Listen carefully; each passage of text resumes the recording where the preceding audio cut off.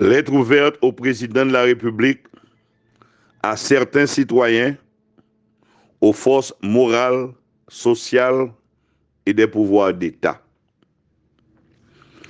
Monsieur le Président, je m'adresse à vous aujourd'hui en tant qu'être humain et en tant qu'officier supérieur de l'armée préparé et entraîné à l'évaluation de situation. De grâce, revenez sur terre et faites pour une fois votre devoir de président. Protégez vos citoyens. Vous avez erré, Monsieur le Président, et toutes les voix, à part celles qui croient avoir intérêt dans le chaos qui s'annonce, vous l'ont 1000 fois démontré. Si pour vous, 2017 plus 5 égale 2022, pour les sénateurs, 2017 plus 6 aurait dû être égal à 2023. Le raisonnement est simple. Vos motivations sont donc ailleurs. Vous semblez évaluer la situation à l'aune de ce que vous croyez être la faiblesse de l'opposition.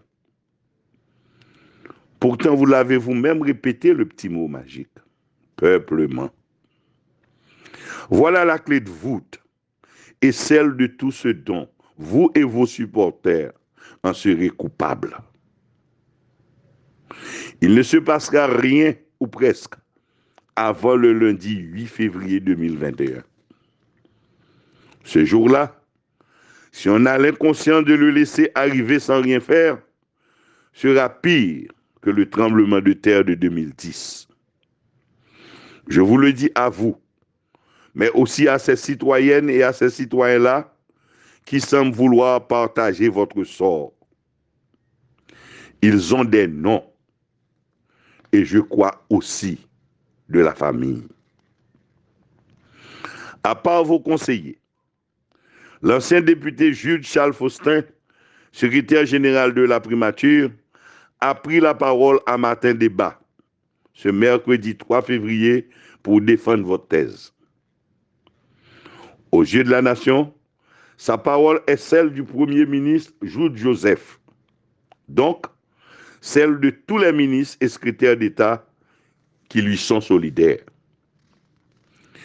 Il y a le chef de la BESAP, M. Jean-Tel Joseph, responsable des exactions de cette inconnue troupe armée. Il y a M. Léon Charles, qui semble avoir pris en toute conscience la responsabilité d'un potentiel massacre sur la population. Il y a le jeune Dimitri Héra, qui a la responsabilité d'instruire ses hommes pour la protection du président de la République, de sa famille et des locaux de la présidence. Et non de retourner leurs armes contre la population.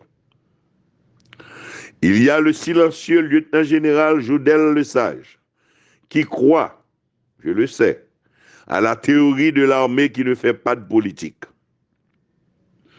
Ces trois officiers sont aussi instruits de la théorie des ordres illégaux et ont prêté serment de ne pas retourner contre les citoyens les armes de la République. Convaincus pour certains, se trouvant un mauvais endroit au mauvais moment pour d'autres, nul ne pourra cependant prétexter ignorance. Devant ce risque de chaos, j'en appelle à la conférence épiscopale, à la conférence des églises protestantes, les silencieux vaudouisants, les acteurs du collectif du 4 décembre, de la casque, le Sénat de la République, le pouvoir judiciaire, et leur demande de se saisir d'office et d'autorité du dossier du dialogue de la dernière heure. Fait à Port-au-Prince à l'aube du jeudi 4 février 2021. Himmler Rébut, citoyen.